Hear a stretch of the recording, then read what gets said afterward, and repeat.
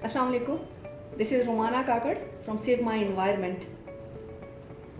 हमें पता है कि हम ट्री प्लांटेशन की तरफ बहुत सारे कंपेन्स हमने शुरू कर दिए। बहुत सारी कंपेन्स चल रही है, प्राइवेट लोग भी कंपेन्स कर रहे हैं, स्टूडेंट्स भी कर रहे हैं, बहुत सारे ग्रुप शुरू हो गए और हम ट्री प्लांटेशन कर रहे हैं। हमें ये भी पता है कि ये ट्री प्लांटेशन हमारे लिए कितनी ज़रूरी है।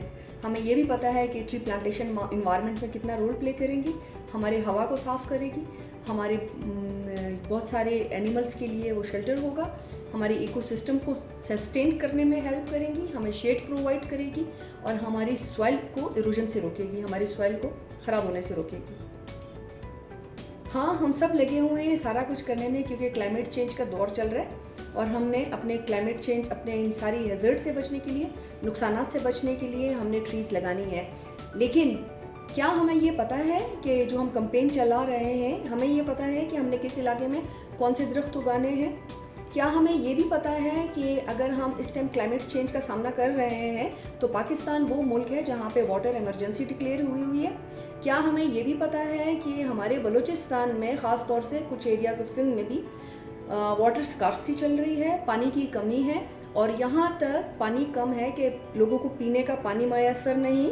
और बच्चियाँ जो है, हमारी ख़वातीन जो है, वो कितने मील दूर जा कर के वो गंदा पानी भर के लाती हैं सिर्फ पीने का पर्पस हल करने के लिए। तो यहाँ पर हमें ख्याल रखना है कि जो हमारी पास्ट की प्रैक्टिस एक चल रही थी, हम प्लांटेशन कर रहे थे। प्लांटेशन इज़ नॉट बैड, दरख्त उगाना बुरा नहीं है, सदका जारिया है, बहुत अच्छा है। लेकिन हमें ये पता होना चाहिए कि हमने कौन सा दरख्त किस इलाके में लगाना है। ये वक्त की ज़रूरत है कि हमें ये प्लांट के बारे में या दरख्त के बारे में ये पता हो कि उसको ज़्यादा पानी चाहिए या उसको कम पानी चाहिए। हमारे पास दो किस्म के प्लांट्स हैं, लो डेल्टा प्लांट्स और हाई डेल्टा प्लांट्स। जो हाई डेल्टा प्लांट्स हैं उनकी वाटर रिक्वायरमेंट बहुत ज़्यादा है। वो जो जहाँ हमारे पास वाटर इमरजेंसी और वाटर ड्राउट चल रहा है, ये उनको मज़ीद आने वाले सालों में वो मज़ीद वाटर इमरजेंसी जो है वो बढ़ जाएगी। अब लो डेल्टा प्लांट्स जो है, लो डेल्टा ट्रीज़ वो हैं, ट्रीज़ हैं जिनकी वाटर रिक्वायरमेंट कम है, जो कम पानी में भी खुश रहते हैं। लिहाजा पानी की इमरजेंसी को मद्देनज़र रखते हुए, अपने इरिगेशन सिस्टम को मद्देनज़र रखते हुए और मुल्क की सूरत-ए-हाल को मद्देनज़र रखते हुए हमने सबसे पहले क्या करना है कि उस इलाके में, जिस इलाके में हम प्लांटेशन करने जा रहे हैं, वहाँ के एरिड एग्रीकल्चर रिसर्च सेंटर्स जो बने होंगे या एग्रीकल्चर रिसर्च इंस्टीट्यूट जो बने होंगे, उनसे उनके जो एक उनसे सजेशन ज़रूर ले लेनी है कि जो हम प्लांट्स या ट्रीज़ उनके इलाकों में लगा रहे हैं, ये वहाँ की वाटर स्कार्सिटी के लिए या वो वहाँ के आने वाले टाइम के लिए ये सही है या नहीं। जैसे मैं आपको एक एग्जांपल दूंगी, बलूचिस्तान मशहूर था अपने बहुत अच्छे फ्रूट्स के लिए। हम सेब भी लगाते थे, हम चेरीज़ भी लगाते थे, हम प्याज भी लगाते हैं, हम टमाटर भी उगाते हैं, बहुत सारी ऐसी चीज़ें। लेकिन अब ऐसा है कि लोगों ने कुछ डिस्ट्रिक्ट से माइग्रेशन शुरू कर दी है क्योंकि वहाँ पीने का पानी अवेलेबल नहीं है।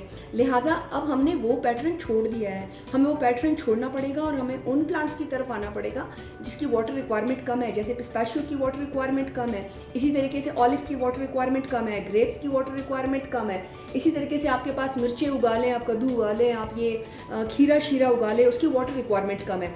तो मेरे आपसे बात करने का मकसद ये है सेव माई इन्वायरमेंट की तरफ से कि आप ट्री प्लांटेशन करने से पहले एक थोड़ी सी असेसमेंट कर ले कि आपकी ट्रीज़ की फ्यूचर या उसको ग्रो करने के लिए उसकी वाटर रिक्वायरमेंट कम है या ज़्यादा है। लिहाजा हमने उस तरफ जाना है, उन प्लांट्स की सिलेक्शन की तरफ जाना है।